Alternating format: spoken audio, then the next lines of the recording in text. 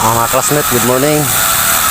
Padayon ni karon mga classmate diri sa among gi trabaho nga kanal. Among giberinahan ang concrete mga classmate para malubong na mo ang verticals.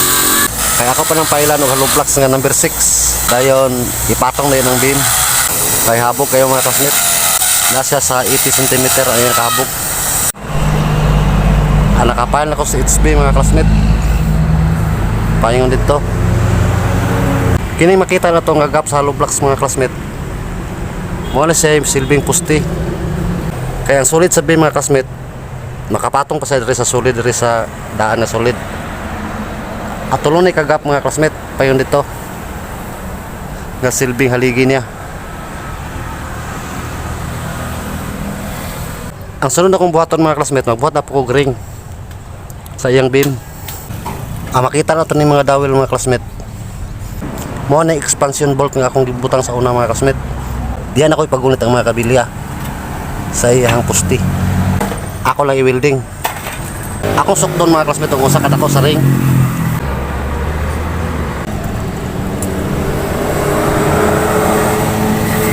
Ang akong buhaton nga ring mga classmate 10 by 25 cm. Makati ko 75 cm mga classmate para sa iyang mga ring.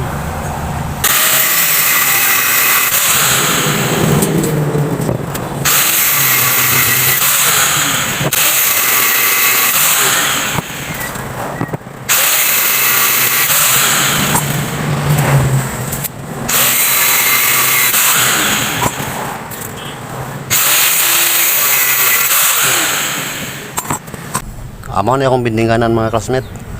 Amo na siya sukot sa 10 by 25. 10 by 25.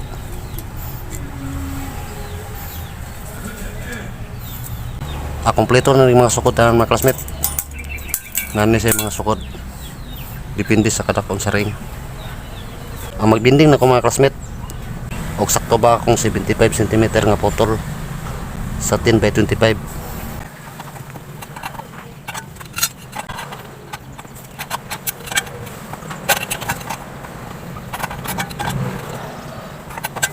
Akong sukdon mga classmate 10 by 25.